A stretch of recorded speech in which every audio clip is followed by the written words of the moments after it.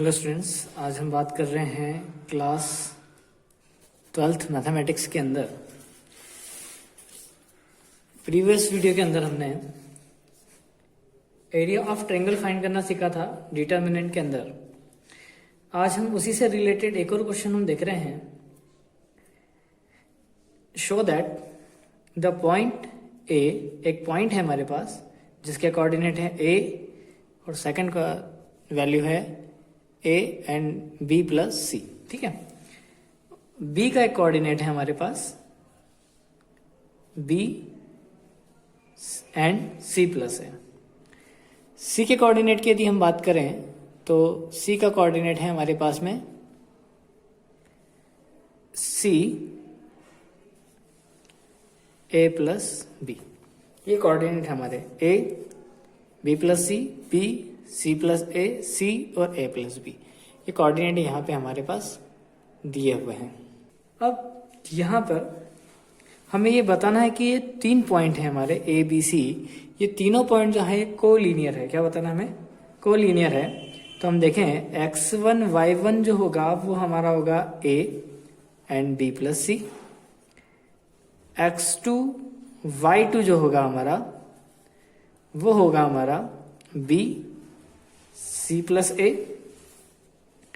और x3 y3 जो होगा वो हमारा होगा सी ए प्लस बी।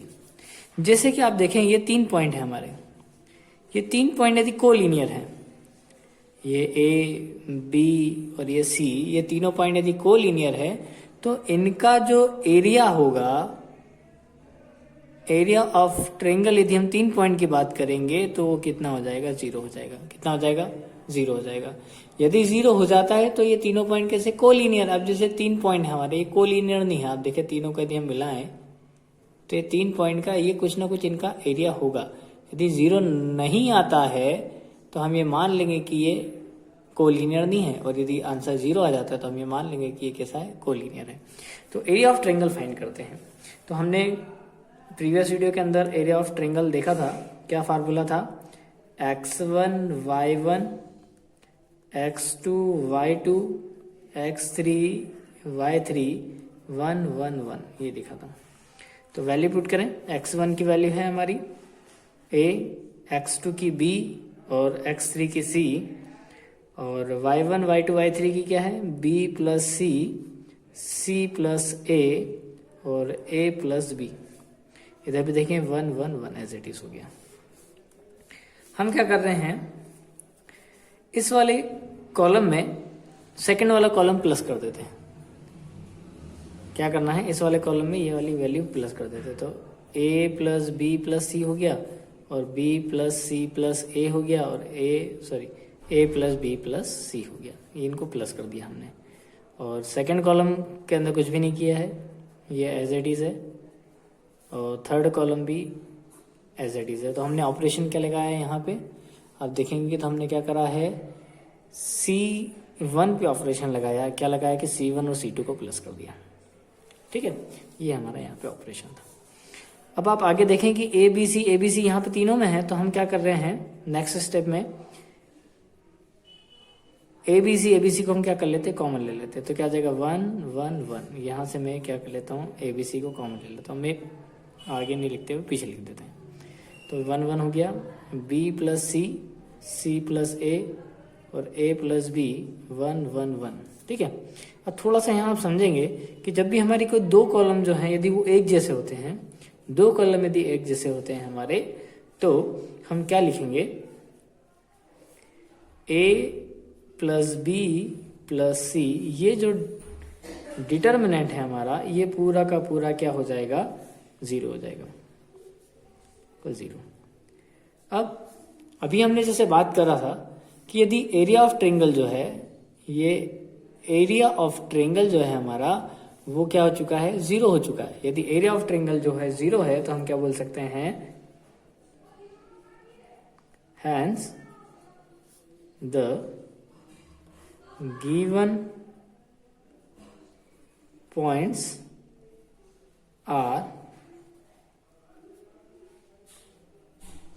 कोलिनियर। ठीक है, ये हमारा यहाँ पे जो है ये हम बोल सकते हैं कि एरिया ऑफ ट्रायंगल क्या है, कोलिनियर है।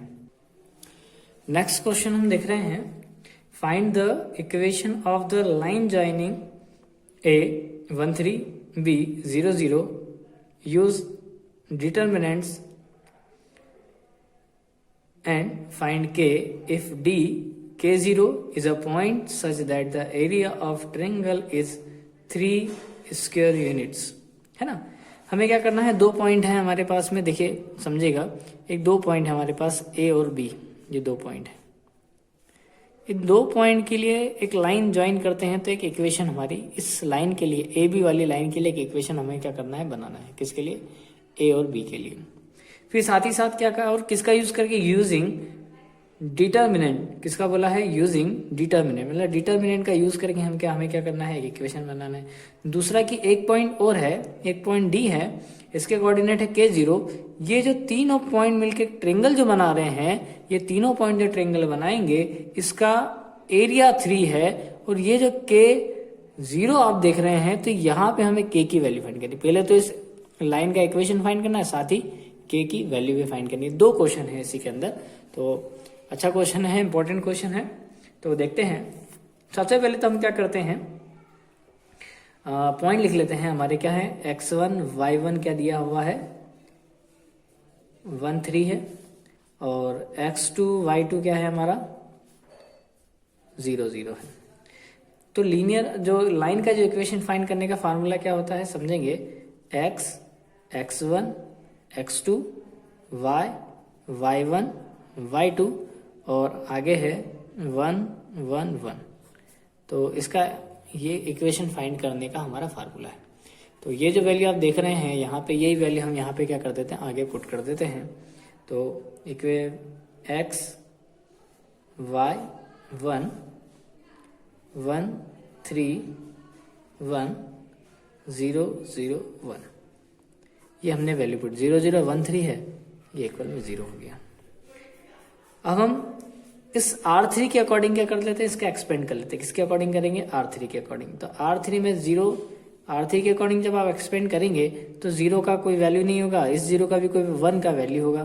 तो 1 के अकॉर्डिंग यदि हम करेंगे तो ये वाला रो और ये वाला कॉलम छूट जाएगा। तो ये जो आपका बच रहा है यहाँ पे आप देखें, x y 1 3 इक्वल में क्या आ गया, 0। आगे जब हम इसका मल्टीप्लाई करते हैं x का 3 में और y का 1 में, तो क्या हो जाएगा, 3x माइनस y इक्वल 0। और इक्वेशन क्या, ये ही हमारी क्या हो जाएगी, इक्वेशन मान लेते हैं। जब हम चाहें तो 3x इक्वल y, ये भी एक इक्वेशन हो सकती है। जो भी हम जिस भी तरीके से लिखना चाहें, तो ये दोनों जो है इक्वेशन हमारी फाइंड हो चुकी है। ठीक है, तो ये इक्वेशन फाइंड कर लिया। अब आपसे कहा गया था कि हमें क्या करना है, इसका एरिया भी फाइंड करना है, मतलब एरिया दिया हुआ है, k की वैल्यू फाइंड करनी है। तो एरिया दिया है, k की वैल्यू फाइंड करना है, तो हम वही हमारा एरिया ऑफ ट्रायंगल का फार्मूला लगा रहे हैं। तो एरिया ऑफ ट्रायंगल का फार्मूला हमारा क्या है, देखते हैं। हमारे पास में दिया है एरिया ऑफ ट्रायंगल का फार्मूला 1/2, क्या दिया है, 1/2 दिया है,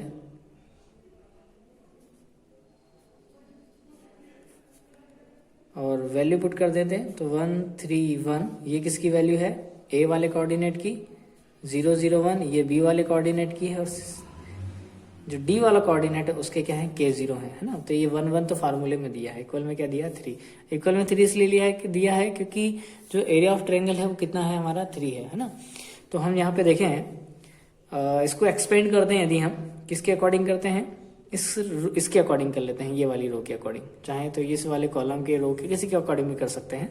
तो ये जो 2 इधर मल्टीप्लाई में उधर जाएगा तो क्या हो जाएगा, इधर डिवाइड में उधर हो गया, मल्टीप्लाई में कितना हो गया, 6 हो गया। आगे देखते हैं, यहाँ पे हम एक बार और मैं इसे यहाँ पे लिख देता हूँ। तो ये हमने मल्टीप्लाई कर दिया है उधर, 0 0 1 और k0 1 हो गया। ठीक है, आगे आप देख पा रहे होंगे कि इस k के और 1 के अकॉर्डिंग एक्सपेंड करते हैं। तो k के अकॉर्डिंग जब हम इसे एक्सपेंड करते हैं तो ये वाला ये वाला कॉलम और ये वाला रो छूट जाएगा। तो 3 का मल्टीप्लाई 1 के साथ और 1 का मल्टीप्लाई 0 के साथ होगा, तो कितना हो जाएगा, ये केवल 3 ही आएगा, है ना।